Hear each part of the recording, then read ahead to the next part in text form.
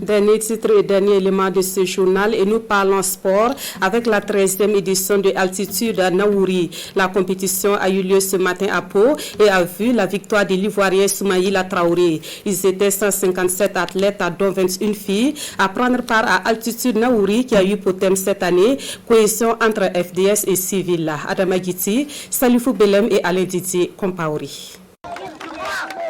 Soumaïla Traoré de la Côte d'Ivoire est le grand gagnant de Altitude Naouri 2021.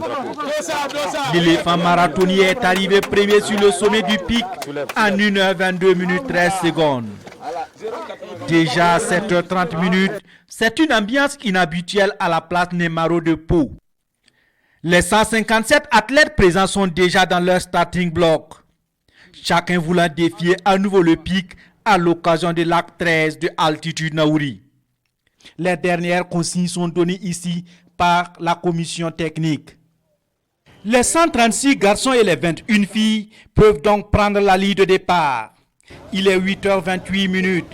Le ministre des Sports et des Loisirs, Dominique Marie-André Nana, donne le coup de pistolet.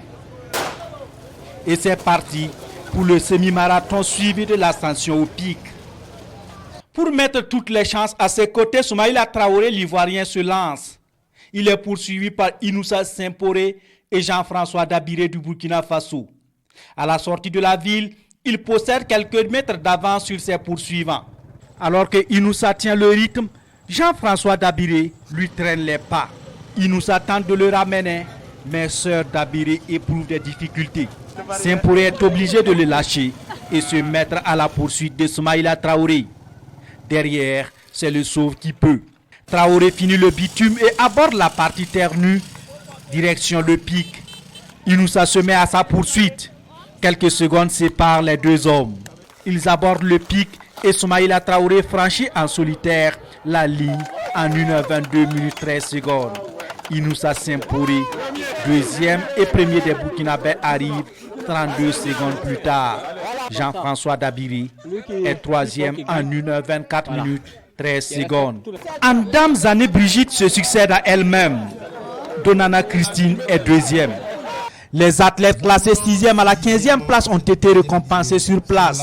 Les 4 filles qui sont parvenues au sommet ainsi que les 2 vétérans de l'édition ont reçu chacun 50 000 francs CFA du ministre des Sports et des Loisirs.